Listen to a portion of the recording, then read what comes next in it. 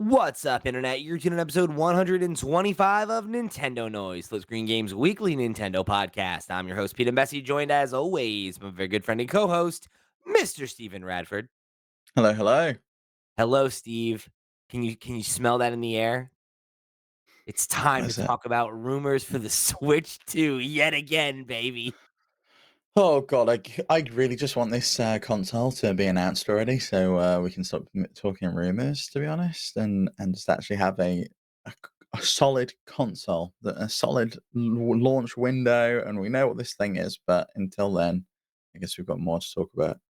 Yeah, it's so funny because we we got a comment on last week's show from a friend of the show, Ray from the community, who commented and said, "My favorite episode of Nintendo Noise is the one where they talked about an Xbox game for an hour and a half, or what." I'm paraphrasing a little bit, and I was like, "Look, man, we're all waiting for the Switch too. I don't know what you want from me, all right." Gotta deliver the goods week in and week out. It's not my fault Nintendo's got no juice for us, all right? But this week we got some juice, all right? Because Nintendo, the alleged plans for Nintendo's next console have been revealed by Takashi Mochizuki and Yuki Furukawa. Furukawa? Furukawa, isn't there? Is it? Oh, did I may have made a typo I there. think you So it's missed an A. I think you're right. It's probably Furukawa. That's what threw me because I was like, "That's a different." I've heard Furukawa. That's a common last name, right? I was like, "Oh, is that different?" Okay, sorry. Apologies, Yuki. They published a story over at Bloomberg that is, breaking down some of the plans. According to a analyst named Hiroshi Hayashi from Omida, which is a group that specifically tracks tech in the like small mid-screen market, is how they describe it. So I'm guessing that's like tablets, cell phones, and then like probably smart displays and watches and stuff like that. So the kind of long and short of it, right, is that the word on the street is consoles definitely coming this year. It's going to have an 8-inch LCD screen. So that's And up from the 7 inches on the current Switch, right? right. So you're talking about, a pretty decent increase in the size of the screen, which is great. Um, but a lot of conversation coming this week about the LCD of it all and how do we feel about that, right? Obviously, the base Nintendo Switch unit had an LCD screen. Several years into the console's life cycle, we were able to get an OLED iteration. How do you feel about this, Steve? I think there's a couple of other questions that I want to think about as well. Like, if it's an 8-inch screen, I presume that's a totally different footprint. Does that mean all of the Joy-Cons, all of the accessories, they're not going to work with the successor? We can pin on that though. I think the news that it's an LCD, I think is pretty solid. It's news coming from the production lines and analysts looking at you know Nintendo placing a really big order with Sharp Right. in order to kind of get the source these displays to put into their new console. I think it's a bit disappointing. I think OLED is the superior technology. But if it's a case of the console's going to be $500 because it's got an OLED screen in there and it's got all of this new tech versus we can get it for 350, 400, whatever it may be. Yeah. I think the screen is where you make the compromise. We saw that with the Steam Deck. We saw that that was the compromise that was made there.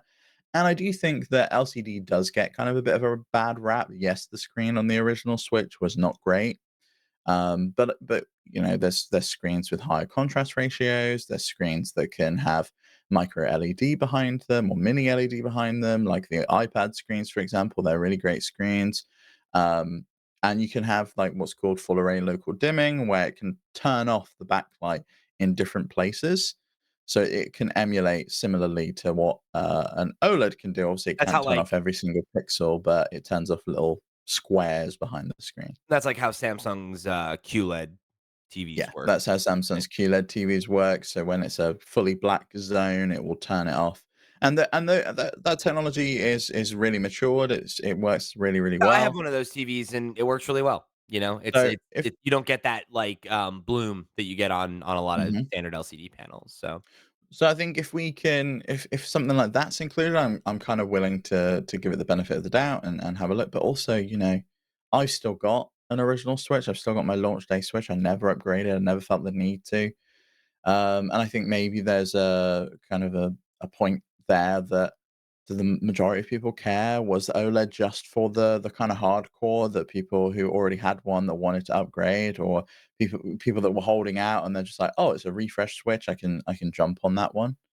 Yeah, I think there's an argument to be made there, right? And I think it's an interesting one because I was talking about this with a good friend of mine recently, and he was, kind of positing this question to me of like, are we seeing Nintendo repeat old mistakes because they are on top right now? They're sitting on a pile of money, things are going really well, and it's time to follow up a success, right? Mhm. And historically speaking, that's something that Nintendo has struggled to do, and it's usually when they are in a low point or in a position where they need to make creative decisions to steal back market share has generally been the most successful periods in the company's life cycle, right? Like you look at the NES, right, and they were able to revitalize the console market in America and kind of put themselves on the map.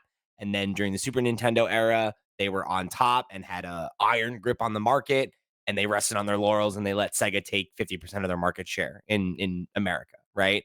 And Mhm. then you see that pattern repeat, right? You have the Wii, which is this incredible success with connecting with new markets, new demographics of gamers, right? And like bringing in this casual market, kind of creating and cornering a casual market with that and with the DS, and then trying to follow that up with the Wii U obviously was, a losing errand, right? And they failed to maintain that momentum by I think, arguably by trying to play it safe, right? By trying to be like we're a market leader and we can maintain dominance by making safe decisions. And I think that that has not historically netted out for them super well. And Which is interesting because that's really what their competition's done, right? If you look at PlayStation, the years where they've made the safe decisions, PS1 to PS2 is backwards compatible, plays all of your PS1 library. That was successful. PS3 going into PS4 and PS4 going into PS5. yeah.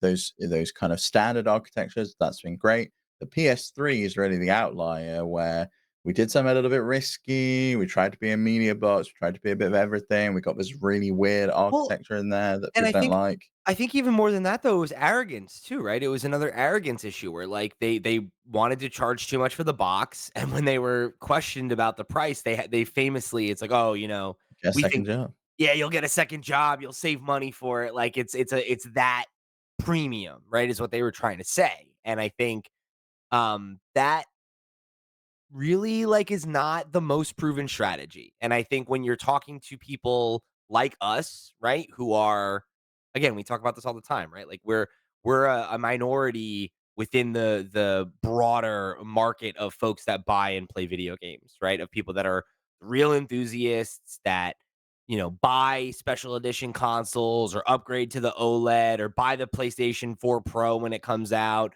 or own a gaming PC or whatever, right? Like we want the best screen and the best refresh rate and the best this and the best that. And, there are a lot of people that just don't care about that or they don't know enough about it to notice, right? And it's like they're playing on some $400 quote unquote 4K smart TV or whatever that can't even keep up with their PlayStation 5, but they don't know and they don't care, right? Because at the end of the day, they just want to log on a couple hours a week and play whatever game they're gonna play, right? They wanna play Tears of the Kingdom. They wanna and like 30 FPS on an LCD screen has been good enough for them for the last 7 years, and it'll probably be good enough for them for the next 7 years. And I think to a lot of people, especially when you consider the fact that a core segment of Nintendo's market is children, right? Or families, right? And they want you to buy multiple consoles and they want you to, you know, have that ecosystem like they had with the Switch. I mean, it's a lot easier to convince you to buy 2 when they're $300 than when they're 5, right? Mhm. And it's a lot easier for you to invest $300 or $400 into a new console for your kid that they might drop and break or scratch the screen when it's a $300 investment and not a $500 investment, right? I think the OLED Switch is something for adults who play Nintendo games, not children who play Nintendo games. And I think Nintendo's never going to make those products with us in mind first, right? Like it's just not how they operate. And I guess the question is, should they? Like, should they, I mean, they you know, kinda did with the Switch, right? Their marketing shifted away from yeah, being that the family-friendly, core gamer. videos of kids playing all the time over to, "Oh, I'm taking this There was to no kids in parties." the Yeah. Switch reveal trailer, right? Like, yeah, yeah, and you're definitely right about that. And I do wonder if maybe we'll see a similar thing here, and I get that maybe it's gonna be a hard sell for them, like, you've already got an OLED Switch, it looks great, probably all the games are gonna be like, generation for a while, maybe there's no reason for you to upgrade. Maybe that's why, shove an LCD screen in there, if you're happy with the OLED, it doesn't really matter. But I wonder if there's a possibility that we see in the same way that PlayStation 5 has multiple SKUs, in the same way that Xbox has multiple SKUs, so you maybe see multiple SKUs here as well, one with an LCD, one with an OLED, and maybe like a replacement for the Switch Lite. Because I do think the Switch Lite has been really successful for them. It is that kind of perfect niche and corner of the market that does cater towards their core family, children playing Switch games, and just give them a Switch Lite. If they break it, it doesn't really matter. It only costs like $150. Yeah, I guess the question is, like, does Nintendo believe in doing that? Because, like, obviously, they've shown that they're happy to iterate on a design, right? Like, there's multiple iterations on the Game Boy and every handheld that they've made, right? Like, all the way up to the 3DS. Um, Obviously, with the Switch, we really only saw 2 versions of that, and one of them is, like, not really even a different model, it's just a different screen. The idea that, like, they would launch with all of those at once, I think is probably unlikely, because like, I think it creates a marketing problem, and, like, they don't like that. They like to kind of be like, "This is the one thing that you want, and you're gonna go out and buy it," and I think if anything, I could see 2 models. I could see there being, like, in the same way that there was, 2 versions of the Wii U, for example, right? And it's like Mhm. one's the white one, and it's less memory, and it's cheaper, and then one's the more, "This is for adults," and it's a little bit more expensive, and it's got a little And bit you get a little more. stand. Ooh. Yeah, and it had, like, 500 gigabytes of internal memory as compared to, like, the 25 or 50 or whatever it was in the white one, I forget. Um, I could It see was that. 8 gigabytes on the white one. It was not a lot. 8? What the Yeah. fuck? That's It so was weird. 32 on the black one, which is the same as 32? the I was saying yeah, 5. Wow, I giving them a lot of credit on that one. yeah. Yeah, so, yeah, I guess you could maybe do something like that, where it is, like, switch to OLED or switch to plus, whatever the fuck that's got some, something like that, some Which kind I of think would advantage. work. We've seen I that hope work. That that's works the for case. Valve as I would well, love like that, but I don't know, it's like, I think you made the point about price and everything, and I think Nintendo likes being able to come out and be like, "This is our new console, and this is what it costs," and, like, not have it mhm. be like this if-then statement of like, "Well, if you want the really good one, it's $500, and then if you want the basic one, it's 300. Well, what's in the basic one?" It's like, I think they just like being able to be like, "This is the next hot premium product, and it costs this much." Yeah, I mean, the problem they've got, right, is the Switch OLED's $300 at this point. Mhm. So with the new chips, with the additional tech, probably that takes it well over that $300 threshold that they would need to sell it for to keep their margins that they want. Yeah. I think it's probably gonna be a $400 console, and I think if you had an OLED I panel in wonder there, it's probably gonna be 450, 500, and then you're like, "Well, should I just get PS5?" And I think that's where they, like, struggle. It's like, I this is a lower powered console, and people will be comparing it to the current generation. I wonder if you couldn't hit 350, 400. It's 350 for the base, I 400. think you could, I don't think they will. I think they're gonna go straight for the 400. I think they're gonna go 399, Yeah. and I do I don't think the know. price of games is gonna be $70. Yeah, I think you're right about that. My question is about the because 'cause I'm not out on it being $400. I think that's totally reasonable. Um, you'd still be $100 below, right, like the competition, and I don't think that that's, like, an unreasonable asking point, but and then, like, I know with the Switch, it was profitable, like, its entire life cycle, right? Like, they sold it, at a profit the entire time. That's generally not the case, right? Like, for most consoles. And when you look at the fact that they never, ever, ever made a price cut on the Switch, Mhm. I could see them maybe thinking differently this time and being like, look, we know we have an uphill battle where we have this incredible install base on the Switch, and we really want to encourage people to jump over. So we don't want it to be this sticker shock thing where people are buying the old model because it's cheaper or whatever. And we want to give that a price cut, right? The first price cut for the Switch, bring that down to 200, bring it down to 150, whatever, right? And then you have the new Switch come in at 300, maybe 350 for an OLED, right? Or maybe it's 350 for whatever, right? Um and you bank on the fact that games cost more and there's a higher level of profitability for software sales now, right? And maybe not because they cost more to make, but like I don't think Nintendo is spending the same amount of money that like Sony is, right, to make a No, $70 they're game. not. No, So no. like the profitability on those games is going to go up for them for a couple years. And I don't know. And that's napkin math, you know. Obviously I'm not a financial analyst, but I could I see don't them. know. Like could they get away with that cuz they know there's no fucking universe you're buying one of these without buying a new game and most people buy two, right? Well, It's like maybe you do the bundle. I don't know. I don't think they're going to do that there. I think they want to keep making a profit on these. I just think they can make such a compelling argument for this product, for the Switch 2, whatever it's going to be called, being another $100 on top of what it is now. You only get 64 gigs of storage in the current Switch. Well, let's bump that up to 128. Let's make that 256. Memory costs nothing these days. Like, just give us a little bit more. That alone, it's like, well, you don't need to buy an SD card now. yeah, that does offset Maybe cost. you chuck a carry case in with it, and it's like, well, now you don't have to buy one of those. And it's like, or maybe you do a version that is piecemeal, right? Works with the current Switch dock. So if you've got it, you don't need to swap all of that out. You don't need to change it. But if you want like the 4K docked experience, then you got to pay a little bit more for that. I don't know. I don't know what the solution is there, but I do think they're gonna bump the price up again because they bumped the price up when they did the OLED model, and they never changed the price of the original model. Like you could still buy that one, while stocks Didn't that lasted. didn't that get a discount technically now though? Because the OLED one is now it costs the same as the base did, right? Like they didn't. Not in the UK anyway. So the base in the UK was 279, and then the OLED came in at 299. You can pick up an original Switch now for 258. So Okay. it's like it's had a £20 price cut, but I don't know what the RRP is on that. That's just what it is In on Amazon. America, they're 300. It's Switch Lite's 2, regular Switch is 3, OLED is 350. Wow, 350. Okay, it's definitely gonna be 400 then. Yeah, I don't I there's no don't way. know that because it's like Yeah. again, like think about it. The idea that the new console comes in at that price and then the existing like the Switch family of consoles all get maybe not even 50%, but like, you know, they get like a steep discount.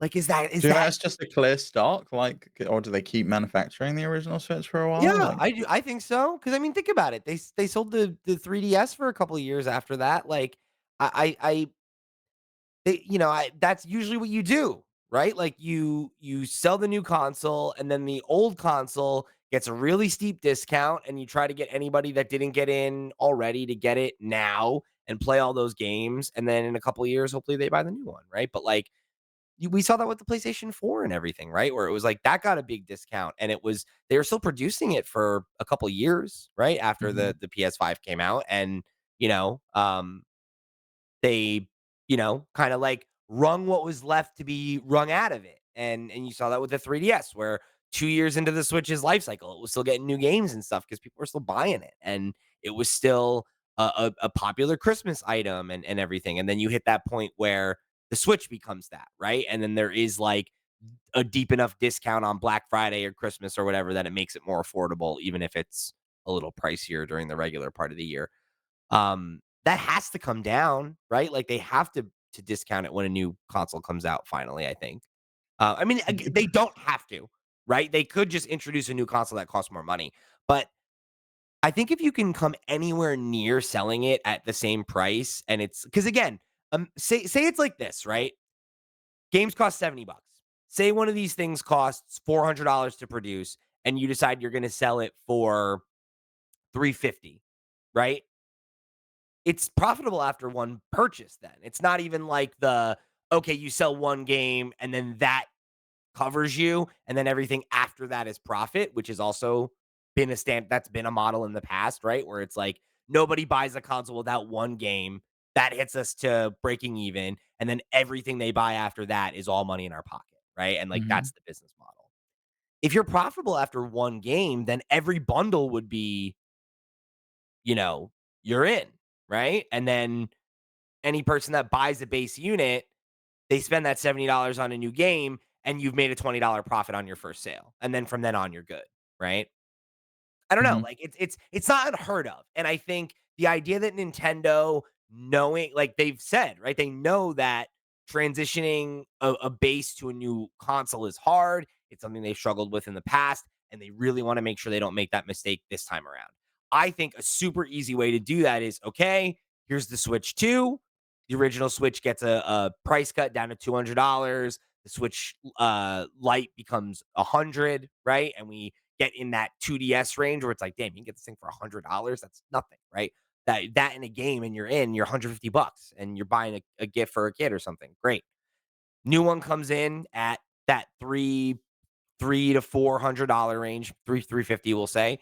Um, and they accept that, hey, like we're sitting on a huge pile of cash.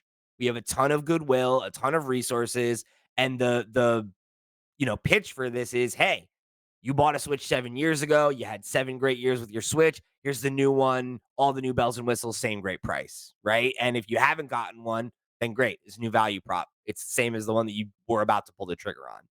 I just feel like that's so attractive at that price range that like I could see people flocking again. And they probably will anyway.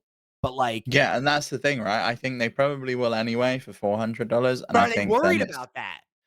Right? And I it's I like, don't think so, like, it's you've already got a Switch, all of these games run, they now run better, isn't this great? You can bring them all over, and guess what? You're probably gonna sell your OLED model for, like, $200 anyway on Facebook Marketplace. So you can put that money towards your new console, and most people will factor that in anyway. Then the first people out the gate are gonna be the early adopters who bought the original Switch, are really excited about it, not the people who are just like, "I wanna play the new Princess Peach game," because they'll just play that on their normal Switch. It's the people who are like, "I wanna play Breath of the Wild in 4K at 60 frames per second, and I wanna see what that looks I want like. to play the new And I wanna exclusive 3D Mario. exactly. I wanna play these games at, like, the best they can possibly look, and Yeah. I'm willing to pay, like, a bit of a premium to do that at launch. And But I like, also think, if you're setting a price that's gonna be the price for the next 7 years and you don't wanna do what PlayStation's had to do, where you increase the price in certain markets, it's tough to set that price at the same price as your outgoing console to then have to deal with inflation for the next 7 yeah, years. that's a good point. That's a good point. 400 'Cause would it's kind of not a good it's not a good look to go, "Oh, we've increased the price of the console." no. It wasn't a good look for PlayStation. I think it'll be an even worse look for Nintendo. I'll tell you what though, that's another one. It's like, how much did that actually matter, right? Because we talked a lot about that of like, holy shit, they're increasing the price. It didn't slow down sales, right? It didn't. The No, PlayStation it 5 didn't. isn't struggling. It's and like I haven't heard a single normal person talk about that, right? I don't Like think most people care because when they go to buy a console, they look at it and they're just like, "Oh, okay, I'll add it to my this is what it Amazon costs, basket." Yeah, it's right? like, "Okay." They're not sitting there being like, oh, it's $500. It went up. Like, no, they're probably not. If you know how much it cost, you probably already bought one, right? Like, Mhm. so and that's I don't know. It's tough. Because like I guess it becomes the question of do you price aggressively to try to encourage early adoption, or do you price for profitability and accept that the product is attractive enough that they'll come.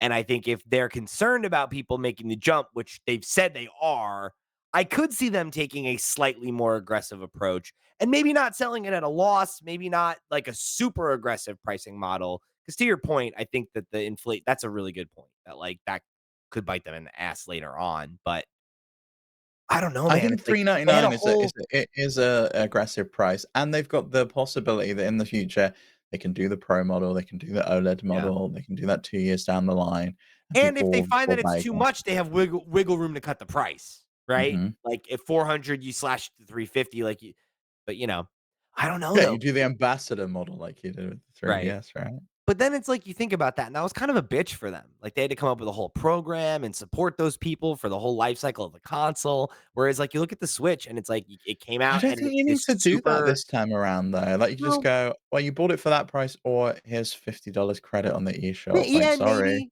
maybe it's that simple, but it's like it gets tough because that's the thing, right? It's like the DS was such a success, right? And then it's like 3DS, it's bigger, it's bigger and badder and more powerful and blah blah blah blah blah, and it's $300. And people were like, "Whoa!" I think some of that was a bad marketing again. It was like, "Oh, it's a DS, but it just does 3D." And It's like like, "Okay, that's the I don't thing though, want is that." like what is the marketing thing that they could fumble It's this? got to be for my mind, it's gotta be Switch 2.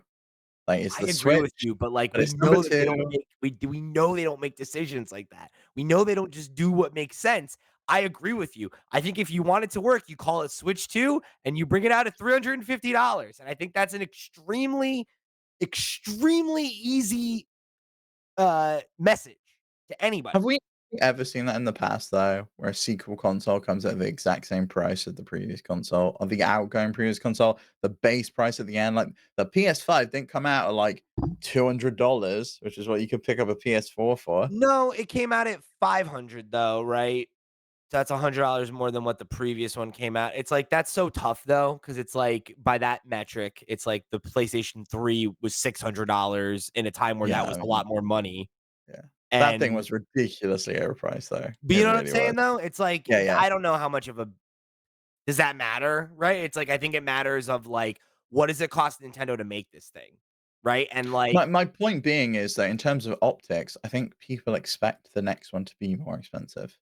Like, we've come to that, like, expectation that, "Oh, the next console's gonna be more expensive. It's gonna be more powerful. It's gonna play better games. It's gonna do X, Y, and Z." The only kind of downside potentially on this one is it comes with an LCD screen instead of an OLED, but it might have a bunch of other things that to are answer improvements, right? to answer your one question, and then I want to talk about that for a second, the improvements thing. Was the PlayStation 3 not that situation? No, it wasn't. What did a PlayStation 3 cost at the end of its life cycle, though? Oh, so, the Super Slim or the PS3 Slim, the Slim last price? one, the last one. Because Okay. think about it, that was probably not that far off in price. Mhm. Probably not $400, but still, probably like I don't think 2, it was that price, though. 3 maybe? I don't know. Okay, so let's have a look. We're saying, like, 2010 was the last time they introduced one. You get a 160 gigabyte model for 299. Okay, so that's like $300 off, yeah, that's crazy. So, yeah, I don't know, you're probably right, there probably isn't a precedent for that, of it being like a one-to-one price. Maybe 400 No. is the way to Yeah. go. Maybe 400 is the way to go. I don't know, I Think just feel so. like if you come out at 350, like, that is I so agree with fucking you, but, like, aggressive, like, it I think it would fly off the shelf I think it's at gonna fly off the 300. shelves anyway, especially if all my whole library can come with me this time around. It'd be the first time, Yeah. like, I can really truly bring my whole digital library easily along with all of my cartridges. Big Maybe if. some accessories work too, like, can I still play Ring Fit? Does that still work? Might do, might not. We don't know yet. Yeah. Like, you I don't don't have to know. buy all of that stuff again, which has always been the case in the past with Nintendo stuff. It's like, "Oh, I I just think gotta that's gonna keep be buying it." a really big question. Like, I had that thought the other day where, like, they, revealed the pink Joy-Cons for Princess Peach Showtime, and I was like, "Oh, like, I kinda want those," but then I was like, "Eh, like, are those even gonna work on the next I console?" don't Like, think they will. I don't think Not they with will. now that the size of the screen is increased, is when you consider what the Switch looks like now, there's hardly any bezel left on that OLED model. Mhm. They ain't gonna work. I think we're probably I gonna think get they're new gonna wanna reveal Joy-Cons I think they're gonna that are want a new gonna kinda Joy-Con anyway, right? well, Like we've seen a bunch of stuff about that, right? Remember that, like, fluid metal that could, like, change how, like, stuff moved and, like, it could, like, stiffen up the yeah, sticks and stuff, but they were also, like, Hall effect, so you didn't have to worry about Joy-Con drift. They've gotta address Joy-Con drift in the next console. definitely. They just Yeah, have because I to. mean, like, it was a huge pain in the ass for them, right? Like, definitely. It's also gonna be such a massive headline if in, like, 2 months after launch, people are like, "Yep, Joy-Con drift's Still a still a fucking thing." problem. Although who knows how much it will matter? Because that was another thing that didn't seem to hurt them at all in the grand scheme of things, right? Like, they okay, you can send it us, we'll fix them, whatever, and then everybody shut up about it. And it's like, it's still annoying, but like, I don't know. It's like you get in the weeds on some of that kind of stuff, and I'm like, I don't think companies make an effort to fix things that are not a problem. And I think as soon as Mhm. everyone's like, Like "That's the red ring, right? I mean, yeah," think about we how long that was a fucking problem. yeah. It was literally like it was until they were forced to spend millions of dollars to fix it. It's like, it was Yeah, they lost a lot of money on that, send like, it I to you us. know Send it to us, and we'll fix it, and it'll break again in 3 months. You yeah. send it again, no Did you ever problem. send in a set of Joy-Cons? I never bothered, I just repaired them No, at home myself because hell yeah. I don't wanna send them in I and got not be able to Doc play to fix games. them for me. I don't have he said, "Mail them to me instead of Nintendo, and I'll fix them." And I was like, "All right, great." So, we're gonna talk some more about the Nintendo Switch 2 in just a second here, 'cause you said something I wanna talk about. We got a couple questions I wanna pull in. But before we do that, let me remind you that this episode of Nintendo Noise is brought to you by our Patreon producers for the month of February? February. February, yeah.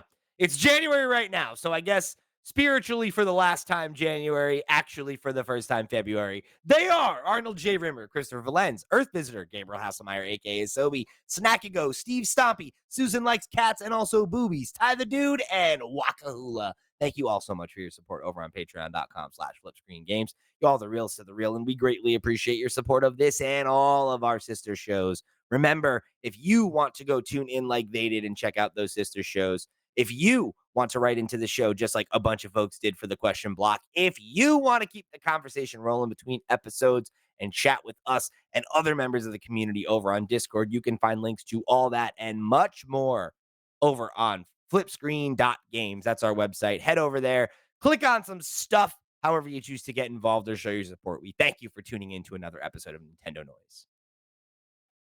Steve, we're back. Hello. I want to pull in a question here. This one comes from Arciela over on Arciela? Probably Arciela. I think I usually say Arciela. What if it's Arc, like Arceus? It could be Arciela. You know what? You tell me. All right. You let me know, and I'll say it right next time. Arciela wrote in and said, "Is this the great lull before Switch 2? Sure, we have a couple games coming out, but major marketing can't start till that new console is announced." Yeah, so yes, I would say first of all, yes, this is the great lull.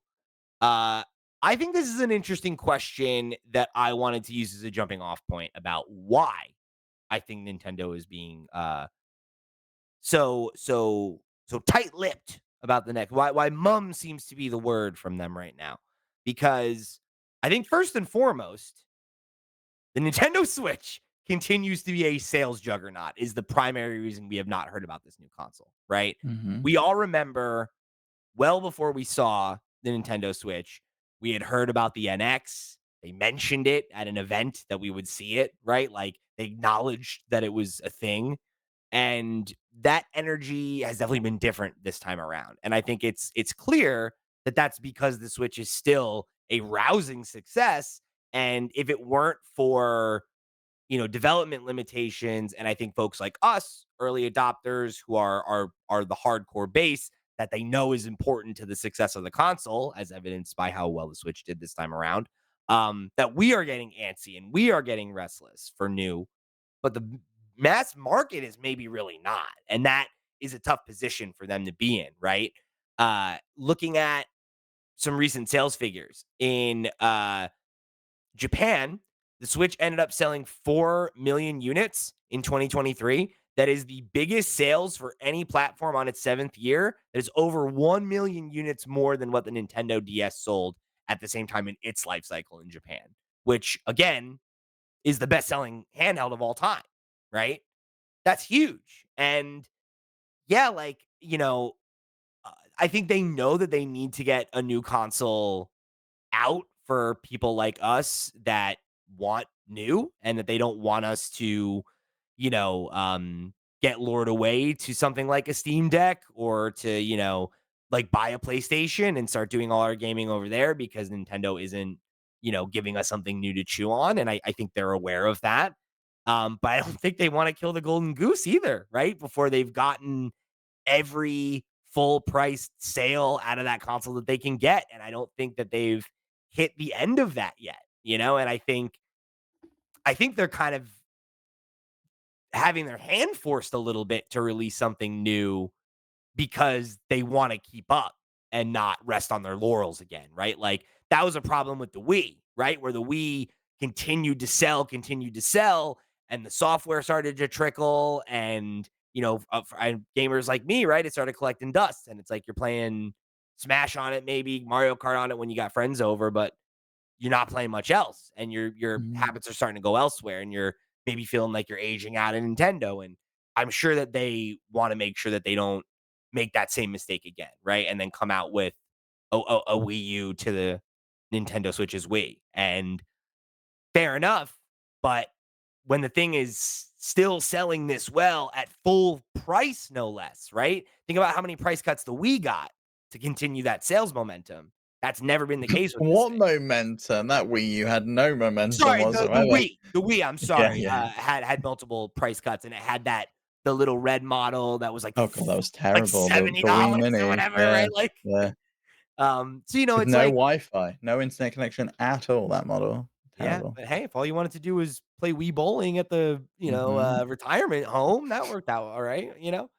Uh, so, it's like I think they're in a situation now where, like, they're kinda damned if they do and they're damned if they don't, right? Because if they do talk about the next model, that's gonna start to slow sales of the existing model. That's when they're gonna be forced to have to come up with a price Now I cut. think is the time they can do it though. They couldn't have done it pre-holiday season because it would have cannibalized their sales. Yeah. I think now is the time to do it. I wouldn't be surprised if we hear about it in February or I March. think it's the next couple months. It has to be, right? Like, I'll say this, I think that this console comes out no later than the fall, right? That it's ready for maybe not fall, but, like, late fall into the No, holiday yeah, like season. November time when Yeah. we've seen other consoles launching, yeah. I think it's gotta be no later than that.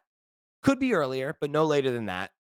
And if that's the case, I think we gotta hear about it 6 months prior at the you know, I least, think you're right because not which is you it's want March. you wanna hear developers talk about it as well, and they wanna talk about their games. They're gonna wanna probably talk about it at Summer Game Fest.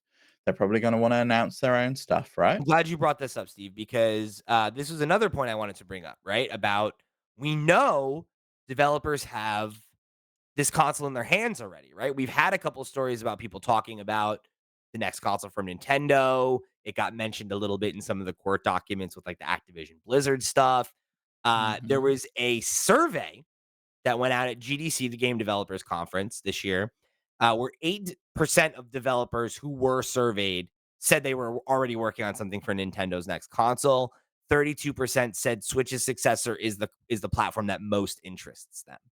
So there's already some of those key development partners, that are out there working on stuff and have development kits in hand. And, it's probably the predictable suspects, right? It's the kind of folks they've trusted in the past to have some kind of, maybe major third party presence when the thing launches, like they had with Bethesda and Skyrim, or, some of the stuff that Rockstar did early on. And that, I think, gave it an air of legitimacy, right? I wouldn't be surprised if it's similar to that, where it's like companies that are bigger companies that they can trust will not break NDA, will not, give away information. Yeah, I think we'll probably see someone like Ubisoft, who they've teamed up with to make Yep. games with. Probably other what I would consider second party devs at this point, like Mercury Steam. You know, I Sure, could see sure. them Right. Yeah. Or having one. like, you know, or like Bandai Namco, right? Some of the Yeah, other yeah. Capcom, right? Studios that they've partnered with in the past. Totally. I think that would make a lot of sense. And then I think the idea that there's this much interest, right? Like, yeah, like that's another reason that you want to get it out in front of people, right? It's not just for, to your point, so that we, the Apparently they were doing consumer, that right at Gamescom, weren't they? Behind this closed that's what doors we've heard, meeting. Yeah, right? that That's they what were we heard. showing it off to people. So if they've been showing it off for people last year, they've sent out dev kits. Getting the groundswell We've going. got Bloomberg and analysts saying that they're gonna launch this year with an 8-inch screen, and they've got big orders coming into shop. We did Um, talk about that rumor, right? That they were, meeting with third party developers to work on some of their IP, and that they were in pretty deep conversations with some of them. I wouldn't be surprised if that was part and parcel, right? Of like, hey, like we're entering this new generation. games are taking more time to make. We need more development resources and more partners, and we want to partner with, X, Y, and Z studio to work on this thing. And maybe that's part of the announcement cycle. And who knows, right, with some of that, because we know that they've kind of gotten gun shy about that kind of thing. But like maybe if it is with a bigger company, I could see them maybe being a little more bold of like, hey, like, even if they don't say what it is, right? We've entered an agreement with Capcom to develop a game set, in one of our IP for the Nintendo Switch 2. Like, I could see them making some of those kinds of announcements, not in a like Capcom is working on a Zelda game, but in a we have gotten agreements. Remember, they did this with the Switch. We've gotten agreements from 30, 90, whatever it was, third party developers, publishers to put games on Nintendo Mhm. Switch. And it was that big graphic of Rockstar and Bethesda and Ubisoft and EA and blah, blah, blah. And it's like, maybe it's something like that, right? But like, I think that that's probably the era we're in right now is they're trying to establish allies and try to identify who's going to be out there supporting this thing in the early days and trying to do that without giving away any information because any leak, any information that comes out, and obviously everybody's out there sniffing around for it, um, could potentially hurt their bottom line, right? During at a time where like they're fucking killing it, right? Like last year got to be one of their, if not one of their most profitable years, like on paper, like they got to be feeling really good about that considering, you know, console that's in its seventh life cycle, breaking sales records, continuing to sell really well, software selling through the fucking roof, and then major, We've got a movie. major, We've also got, like, a new and the, theme park that's opening down in Florida. It's, like, so much stuff that they've yeah, announced, yeah. exactly, exactly. Like both of those are major wins for the company in areas that they've struggled in the past, and like, you know, I think there's a real risk of them playing it too safe and resting on their laurels and trusting Mhm. that like they cornered the market and that like that their IP will stand for itself. And like it might, it literally might, right? The industry is a lot different than it was when the 3DS came out and struggled or when these other consoles came out and had problems. But like I just I just don't want to see them fumble the bag, right? I don't want to see them make the same mistake they've made in the past. I don't want to see them make the same mistake that Sony made with the PS3. I don't want to see them make the same mistake that Xbox made after the Xbox 360 era going into the Xbox One, where it's like you're on top, you're confident, and you feel like nobody can fuck with you. So you make these decisions that are, you I don't know, think they will though. Like they've been so cautious in what they're saying. Every investor call where they're talking about the fact that we need to make sure that the online infrastructure is there so we can kind of use Switch Online to guide people into the next generation of console. I think they're well aware of it. I think from a marketing perspective, they learned a lot from the Wii U, and I think the Switch was a real turning point for them. They clearly partnered up with a team who knew that they need to make this a cool product and target it towards an adult demographic rather than focusing in on that family vibe that they had with previous consoles. I mean, I guess my concern though is when they did that, they were in a position of weakness, right? Like the Wii U was a low point for them, right? It was their first, year not having profit in however many years, right? And Satoru Iwata famously took a pay cut to not have to lay people off and stuff. Like they were in a bad way, and I think the Switch was a bold, innovative decision, and the Switch 2 being more of the same is not a bold, innovative decision. And like, I think that's what we both want. And we think that that is the smart move, right? And that, like, I think I genuinely do think that's enough, I partner with agree. I agree. NVIDIA, But and I I think they wonder, do probably they do do that? too. I know, I think they do. I think maybe we lose some of the gimmicks, like the IR camera, some of the games will probably not be backwards compatible in that regard. I think maybe some of the patterns that we've seen where there is that, like, ability to fold or something, maybe that plays in with a different accessory. I could see that the stuff with the new, controllers where it can, like, become more restrictive and so I could see that I working. I could see, like, better HD rumble, so it closer matches what PlayStation has, like, I'm gonna all of pull a those things. question from the question block here, Steve. Our friend of the show, Chewy Plays, wrote in and said Nintendo is no stranger to gimmicks with their new consoles. I'm sure many of us are worried about the next console's own gimmick. Can you rate Nintendo console gimmicks and what gimmicks you would be okay with for Switch 2? I think you highlighted a couple there. I Mm. think the idea of, like, a new gimmick is always tough, because like, I don't think I would have thought of HD Rumble, right? Of like, "Yeah, I'll be able to feel how many ice cubes are in a glass," or whatever, is, like, not the type of gimmick I would have predicted, right? So, um, do I think there will be a new gimmick? Yes. Do I have any idea what that'll be? No, I really don't. I hope that they buck that trend, and that instead of a gimmick, that the gimmick is that they introduce a lot of things that are very traditional. That's my hope. Is that it is like online infrastructure and a better Party friend chat. system and party chat and having social elements of like sharing progress. Like I think those are things that I would love for the gimmick of the Switch 2 to be like them elevating the social element of games, right? And like Nintendo loves how social video games are. I would love if they would figure out how to do that in the internet era and I agree. accept that Yeah. those connections happen online now and not on the couch for most people. And like that's okay, right? And like that I think is a more interesting path forward than like you can fold it in half or some shit like that, right? And like maybe I don't know, maybe that would be cool, right? I don't know, but I maybe mean, we had some gimmicks like that in the Switch generation. Do you remember the original Super Mario Party where you could put 2 switches together and, like, draw a line and it would, like, yeah. go across both of them? Oh, no one did it. No one Like, cared. It who was a wants to cool do that though? experiment. Yeah, no one's doing it.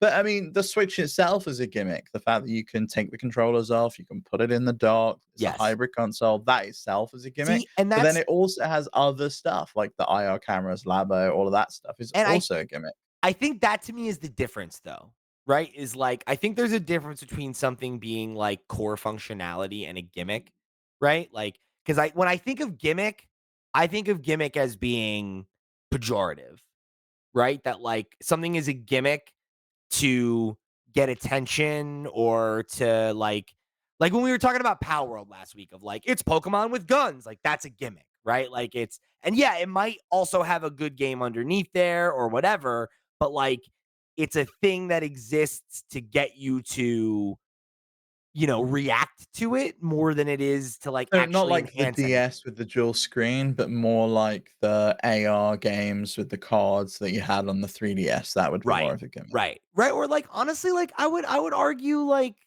motion controls in a lot of ways were more of a gimmick where like they are core to the functionality of like the Wii, for example. But how many games are there that actually make good use of them versus just implement it to implement it? Whereas with the DS and the 3DS, I think the touchscreen was actually like a fundamental change to the way that people played, and it influenced how mobile games and touchscreen games evolved in general. Like it was a And it also meaningful evolution. opened up a whole different, kind of genre of games. So like, Yes. oh, you can hold it this way with the stylus, I can turn it like a book and play games that way. I think for me, I'd like to see the Switch to introduce a microphone, and that's both for the online play that you spoke about, where you can just plug in headphones or use Bluetooth headphones, and you can then talk to friends with a microphone through party chat. But I always loved the games on the DS that used the microphone, like Nintendogs, where you could talk to them. Another Code, which recently got the Switch re-release, where you would like blow into the microphone to dust off stuff in, for a puzzle. There was a ton of games that used that in a meaningful way, and I'd love to see something like that brought in. I don't necessarily want a camera. I kind of think the DSi and the 3DS with the camera, none of that was really appealing to me, and I think that has privacy concerns as well Yeah, for me. especially now. Yeah, and that's the thing is like for me, like trying to like at like Chewy saying like rate gimmicks. To me, the best gimmicks are always stuff like that. Like the Switch is the best gimmick because it's not a gimmick, right? It's because it's actually evolving the way you interact with the console and the way that you relate to your video games. And like that's what I want. Like those are the best ones. The touchscreen was a great innovation. The joystick was a great innovation, right? That wasn't a gimmick. And the D-pad. And the D-pad, right? Like those are the types of things I wanna see from Nintendo, not, you know, the stuff you put in to, like, have a line about it in your reveal video, right? And it's like, I get why they do those things. I think that I love that Nintendo is so committed to experimentation and weird shit. And also I don't want them to get carried away with it because I think that when they get carried away with it, you get the Wii U, and they're like, "What if it was a tablet?" And there wasn't really a thought behind that. It was just like, "What is the next thing?" Not what is the next thing that's going to change the way people think about how they relate to our consoles, right? Whereas like Mhm. the evolution of the Switch was a thing that like, it changed the way I played video games. It changed the way I thought about Nintendo, and like that's what they need to be doing. Um, or not changing and accepting that they don't need to change the way that we think about them, and they just need to double down on what already works. And that's actually harder. I think. I think it's easier when they're backed into a corner and they need to reinvent the wheel than it is to be like the party's still rolling, right? Like that. I think has historically been a challenge for them, and to your point, in a way that it hasn't been for like PlayStation, right? Like They've done it successfully on their handhelds though. It's been like, oh, Game Boy Color. It's like, what if we just did a color screen? Game Boy Color to Game Boy Advance. Oh, it's widescreen and it plays better even that though, games. right? Game Boy Advance less popular than the Game Boy. Yeah, and better console though, better library. Sure, maybe, but like that could be the case with the Switch too, where it's better and more powerful, but it doesn't connect the same way that the Switch did. And I think that's the concern, right? And like I don't know. I don't know that that's as much of a problem, but like I think we want to think it's that simple, and it clearly isn't. Marketing is such a big part of what makes something successful, not just Yeah, yeah, being good. absolutely. Yeah. And marketing something as like when it comes to technology anyway, right? As more of the same but better is like it's not always easy. And I think hopefully you're right that it is like just call it a Switch 2 and like lean into it works with the iPhone, it works with the PlayStation, where like we're trained to be like, oh cool, it's I like that already and this is better because it's 2. And they have spoken about that in the past, right? That it was like the phone model. We've seen analysts saying the same thing that everyone needs consoles need to switch to that model, where it's like people are going to upgrade more regularly, and we switch to that mobile phone model, and maybe that's the kind of route we see. But I think like generations. They want like a 7 year period.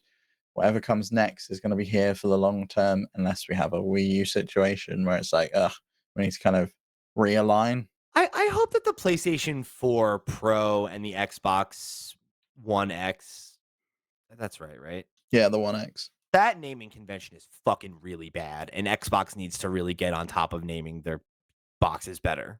Just want to throw that out there, Xbox. Love the hardware these days, but damn, you gotta name it. Just be Xbox, Xbox Lite, Xbox Pro, Xbox Mini, something like that.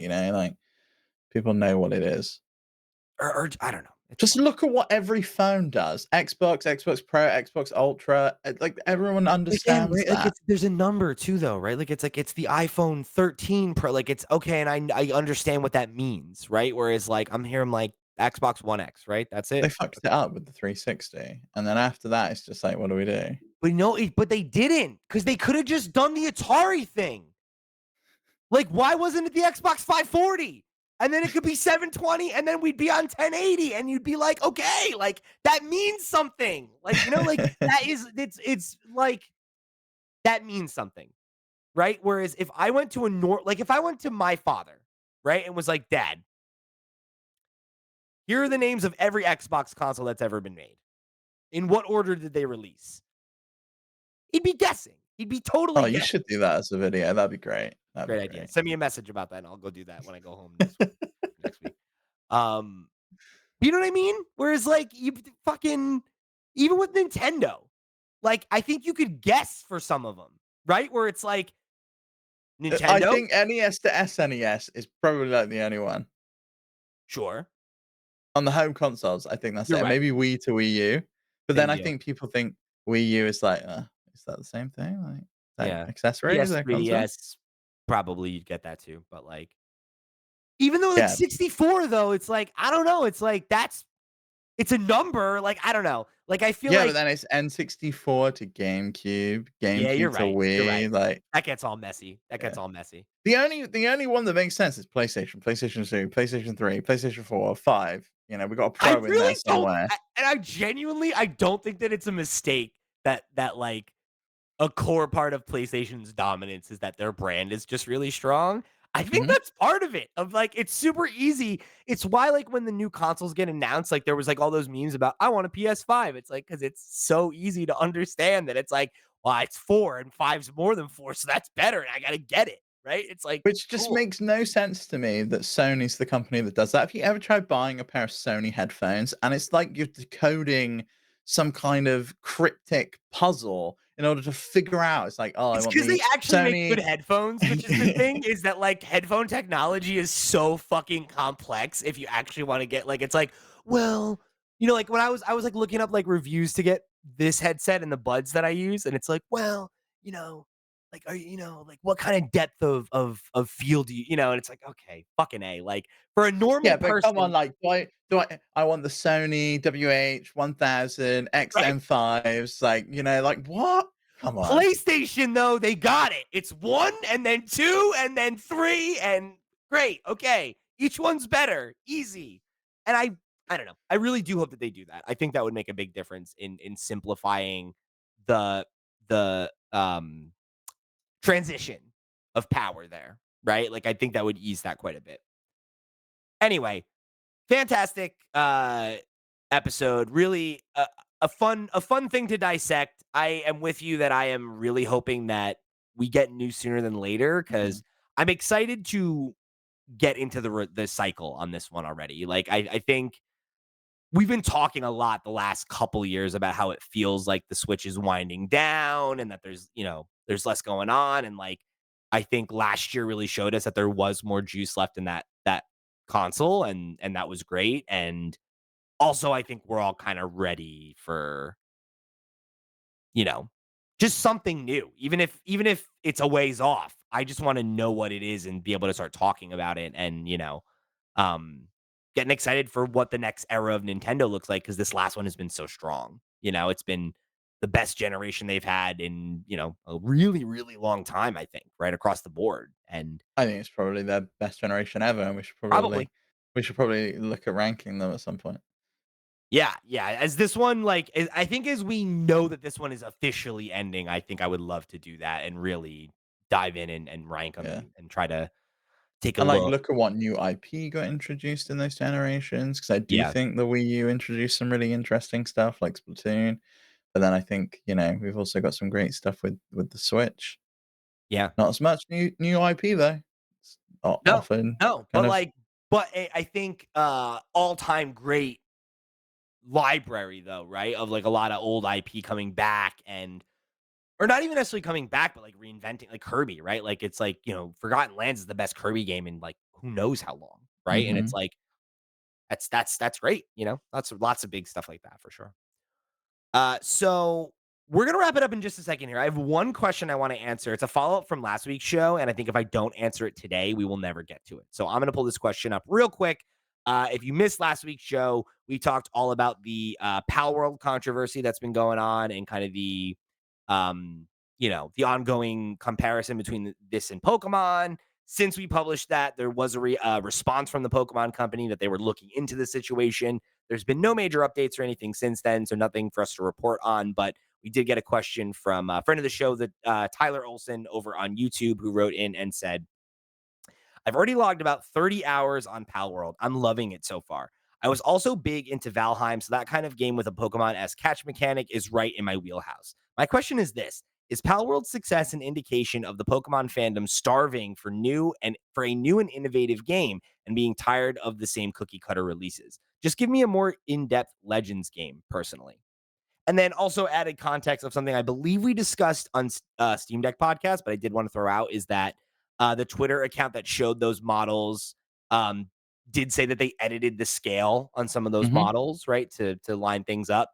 Um, I don't think that changes what's been said. Scaling the size of a model up and down is not um, that doesn't change the closeness of, like, sculpting and stuff like that. But worth No, it's pointing like out. taking a picture into Photoshop and just saying, "I'll make this 200%." Yeah. It's like, okay. Right, that doesn't mean that the original picture wasn't somebody else's, right? Just because you changed the size. Mhm. I think it's worth pointing out that context and that is worth adding. So thank you for that, Tyler. But, yeah, not something I would say absolves them or something right out the gate, right? That said, yeah, I think yes. I think it unequivocally shows that. I think that I'm with you in that I would love to see another game like Legends Arceus. Obviously, when that game came out, I had a lot of really good things to say about it, and I think a lot of my negativity around Scarlet and Violet, especially at release, was because I liked Arceus so much, and that I want to see them do something like that that is more experimental, that plays with the formula, that um, isn't afraid to change it, right? And I think looking at this game, there's no question that that's what's happening, right? That like Mhm. the idea of a arc like Pokemon game is something that people are very invested in. And I think if this game came out, sorry, not this game, if Pokemon had put out this exact same type of game, right, but without guns and all that controversial stuff, um, yeah, I think it would have been a huge hit, and I think the fact that there is this kind of game on Steam and not tied to Nintendo's, antiquated online systems and the barriers of entry that exist between you getting online and having a good time on a Nintendo game, I think that's also a factor at play, right? That like I think that there is a huge, huge community of older Pokemon fans that would love to see them try to take that IP in new directions and try other stuff like this.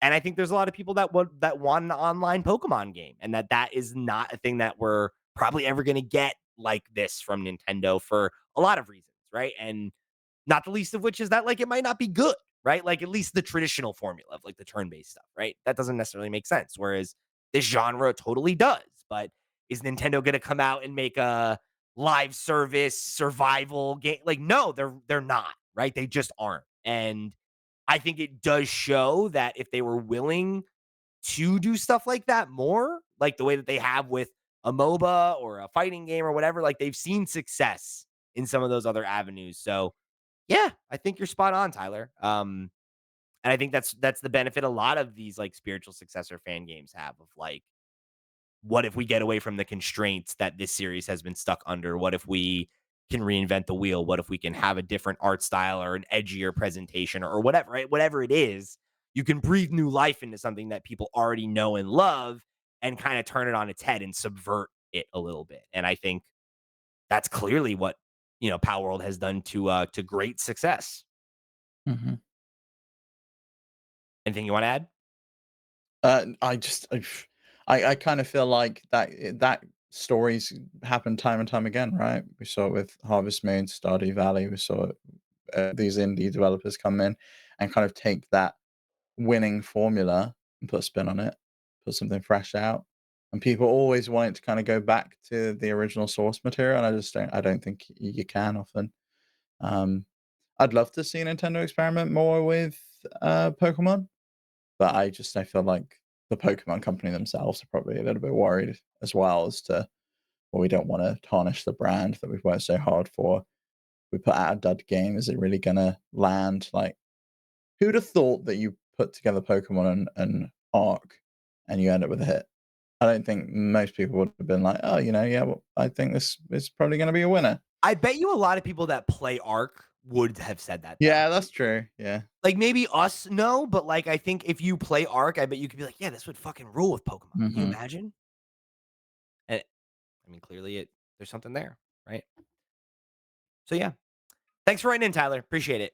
Thank you guys for tuning in to another episode of Nintendo Noise. Remember, if you want to write in with your questions, just like Tyler did, if you want to write in to have your questions read as part of the main topic or in the question block so you can kick off a segment of your own, you can get in touch right into the show or show your support in a bunch of ways, all of which you can find over at flipscreen.games. That's our website. Head over to there, click on some stuff, however you choose to get involved. We really appreciate you tuning in to another episode of Nintendo Noise and being a member of the community.